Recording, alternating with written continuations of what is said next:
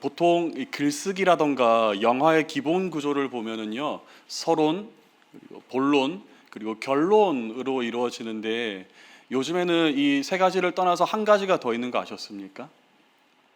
바로 뭐가 있냐면은 쿠키 영상이라고 불리우는 한 가지가 더 있습니다. 혹시 쿠키라고 들어보셨습니까? 예.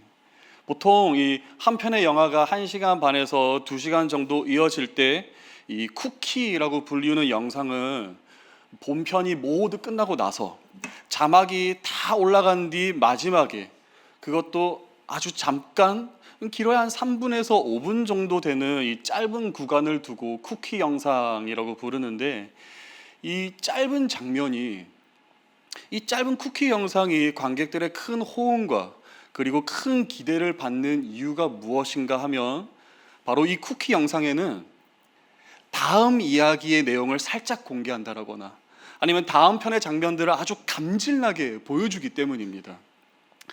그래서 이 쿠키 영상이 때로는 이 전체 영화보다 더 큰 관심을 일으킬 때도 있는데, 아마 우리나라 드라마로 치자면은 이 드라마가 다 끝난 다음에 다음 주 하면서 시작되는 그 영상이 있죠. 한 30초 정도 되는, 그 30초 정도 되는 영상이 우리에게 큰 호기심을 불러일으키는 이유가 무엇인가 하면, 바로 다음 주에 어떤 내용의 드라마가 연결될 것인지를 우리에게 잘 말해주고 있기 때문입니다. 일종의 예고편 역할을 하는 것이죠. 우리 성도님들도 좀 그런 경험 있으시지 않으신가요? 드라마 보시죠. 다음 주 하면서 시작하는 예고편 보면서 막 가슴이 뛴 적 있지 않으십니까? 주제가 좀 그렇긴 하지만 저는 성경에서 재림이라는 주제를 보면 이 쿠키 영상이 생각이 납니다. 비록 분량은 짧아도 우리 신앙에 주는 임팩트가 절대 작지 않으면서, 또한 사도신경에서도 재림에 관한 내용은 그저 저리로서 산자와 죽은 자를 심판하러 오시리라 라는 한 문장으로 끝낼 뿐이지만, 이 짧은 고백이 결국 교회의 소망이 되었고, 이 짧은 고백이 극심한 박해 속에서도 초대교회 성도들이 다시 오실 예수님을 믿음으로 기다리며 하나님 나라를 바라보게 한 이유가 되었기 때문입니다. 이 재림에 관한 약속이 오늘날 우리에게 큰 임팩트를 주는 것은 분량과는 상관없이 우리의 미래를 보여주는 하나의 예고편이 된다라는 것인데, 따라서 그리스도인이라고 불리우는 사람들은 어떤 사람들인가 하면, 이 예고편을 미리 본 사람들, 즉 미래를 이미 아는 상태에서 오늘을 살아가는 사람들이라는 것입니다. 그리스도인은 어떤 사람들이라고요?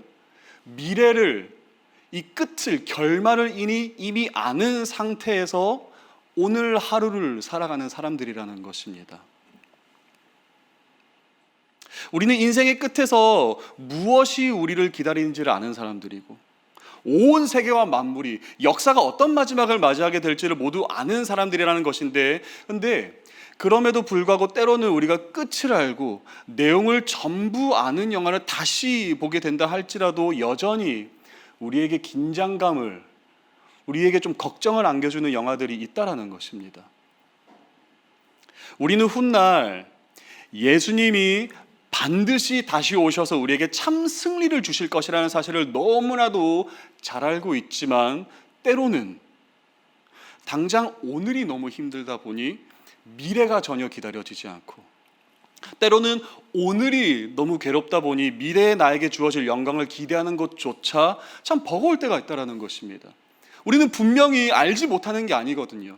마지막 날에 하나님께서 반드시 우리에게 최후의 승리를 주실 것이고, 우리가 오늘만을 성실하게 잘 살아간다면 마지막 날에 하나님께서 우리에게 영광의 면류관을 주실 것이다 라는 사실을 잘 알고 있지만, 당장 오늘이 너무 괴롭다 보니까 육아 때문에 중학생, 고등학생을 키우고 또는 대학생을 키우고 자녀 문제, 관계 문제, 경제적인 문제, 이 여러 가지 문제들로 인하여서 오늘이 당장 괴롭다 보니 면류관이고 나발이고 재림이고 나발이고, 지금 내가 괴로워 죽겠는데 미래의 먼 훗날 장차 오실 예수님이 나에게 뭐가 중요하냐라고 밖에 생각하지 못하는 것이 오늘날 우리의 현실이라는 것입니다.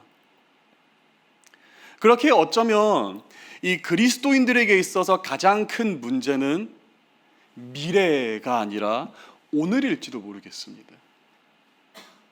세상은 끊임없이 미래와 장래에 대한 불안으로 점집도 가보고 점쟁이도 찾아보고 운세도 따져보지만 이 미래에 대한 고민을 어떻게 해서든 해결해 보려고 노력할 때 이미 마지막과 그리고 끝을 잘 알고 있는 그리스도인들에게는 반대로 미래가 아닌 당장 오늘 이 하루를 버티기가 더욱 힘들 때가 많다라는 것입니다.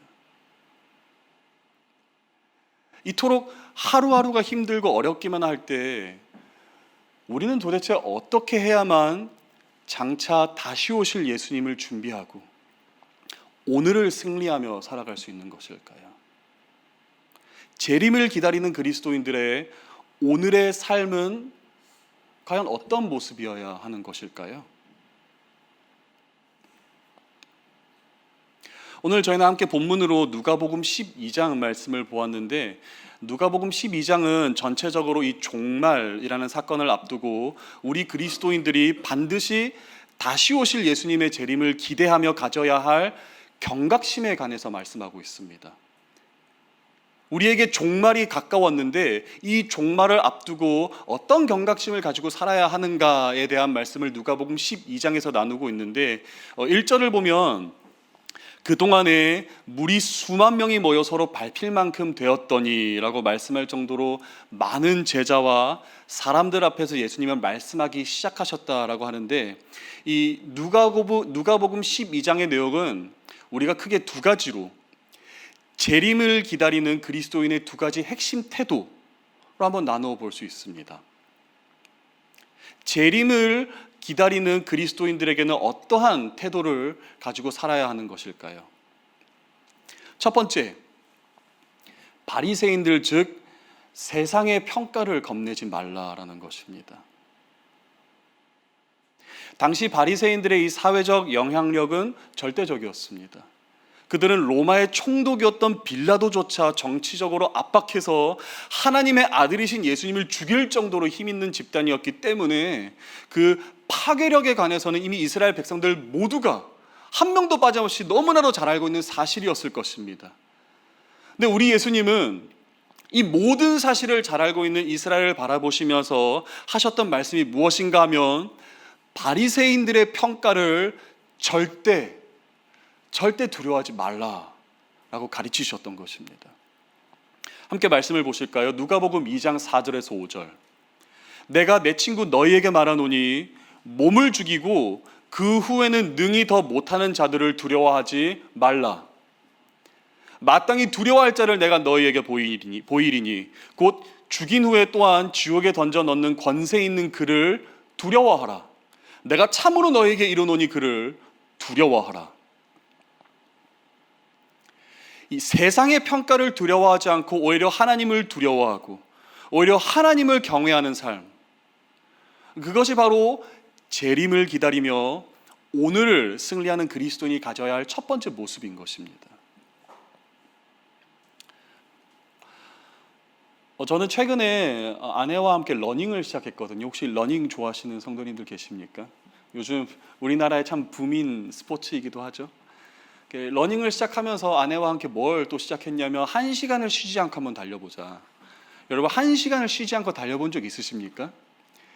진짜 힘듭니다. 정말 어렵습니다.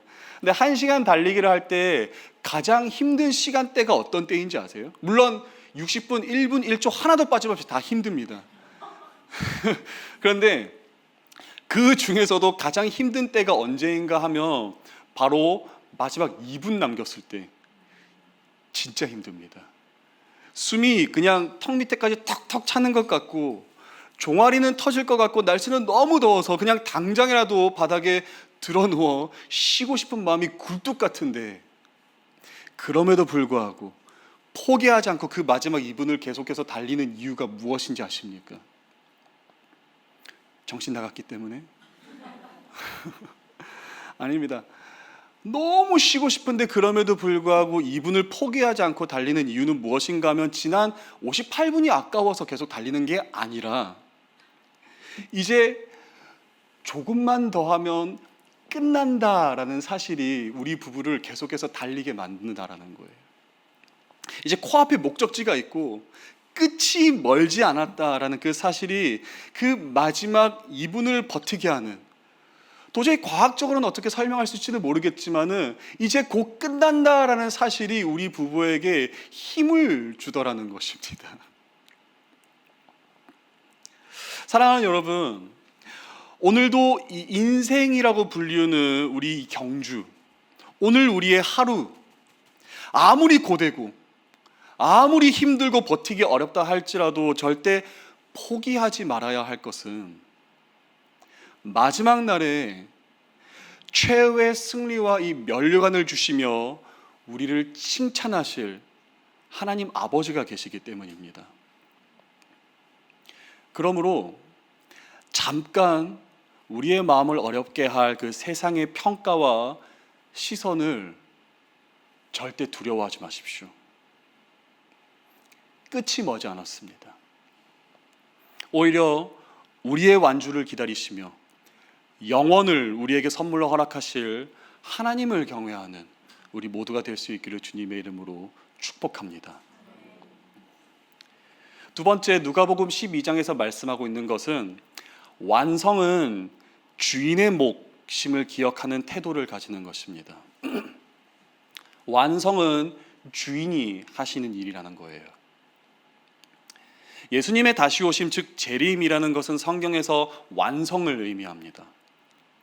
그날이 오면, 예수님께서 다시 오실 날이 오면 하나님의 나라는 마침내 이 땅 가운데 완성될 것이며, 그토록 우리를 괴롭혔던 죄의 문제라거나 이 개인적인 문제를 떠나서 사회적 문제, 전쟁, 이런 고통들이 마침내 주의 다시 오심으로 온전히 해결될 것이다, 완성될 것이다 라고 성경은 말씀하고 있는 것입니다.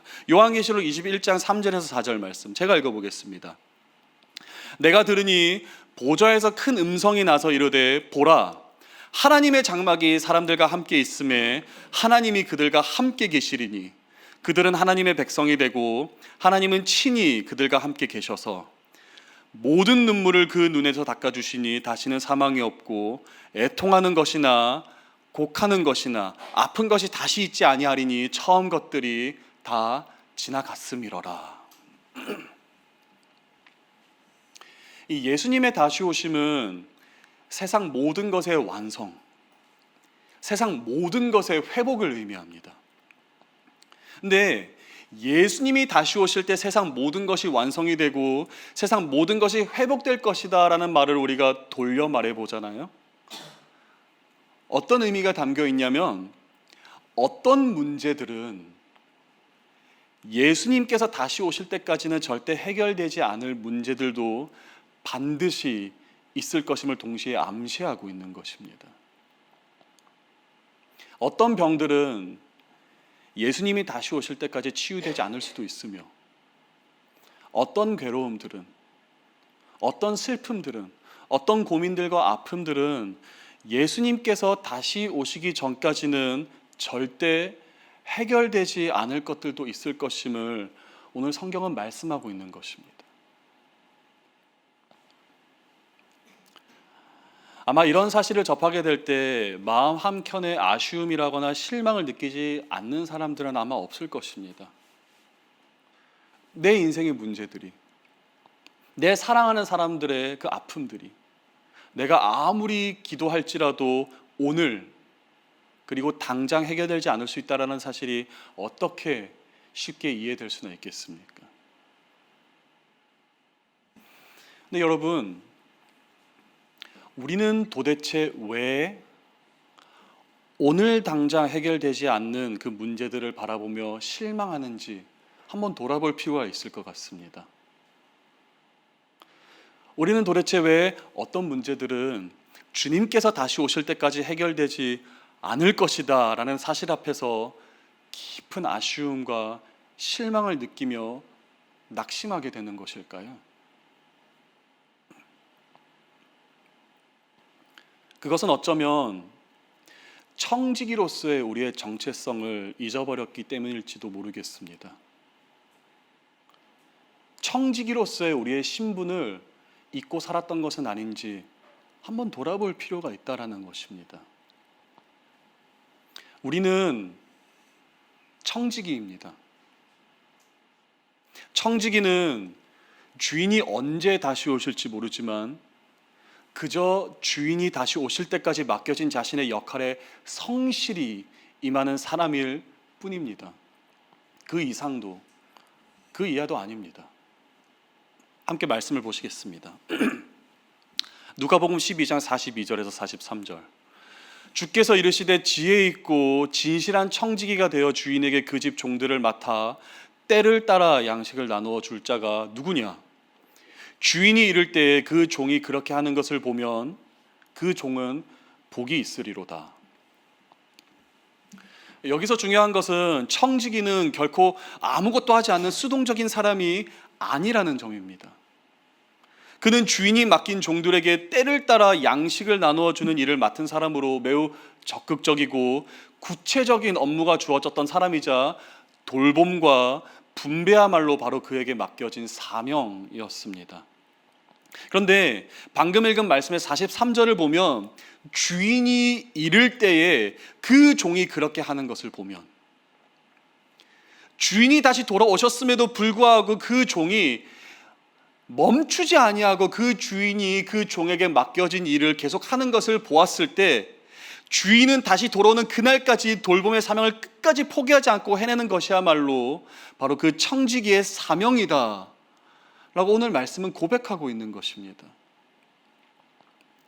청지기는 일을 해결하고 일을 완성하는 사람이 아닙니다. 그는 주인께서 맡겨주신 일을 완벽하고 또 기가 막히게 해결했다고 하여서 칭찬을 더 받는 사람이 아니라 청지기는 그저 주인께서 맡겨주신 일을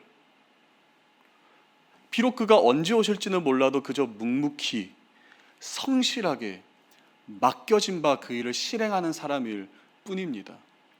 왜냐하면 일의 완성 그리고 일의 결산은 오직 주인이 돌아오셔서 주인이 하셔야 하는 일이지 절대 청지기의 역할은 아니기 때문입니다.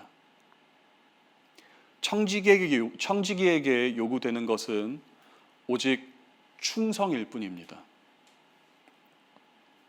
동일하게 우리 주님 또한 하늘로 승천하시면서 반드시 다시 오심을 약속하셨습니다. 이 말은 즉 우리 주인이신 예수님이 다시 오실 때 마침내 그의 모든 사역을 완성하시고 회복하실 것인데 우리는 청지기로서 그저 그때까지 묵묵히 우리 주님께서 다시 오실 그의 모든 사역을 완성하시도록 오늘을 충성을 다하여 그 길을 예배하는 것이 바로 오늘 우리에게 주어진 사명 그리고 역할이라는 것입니다.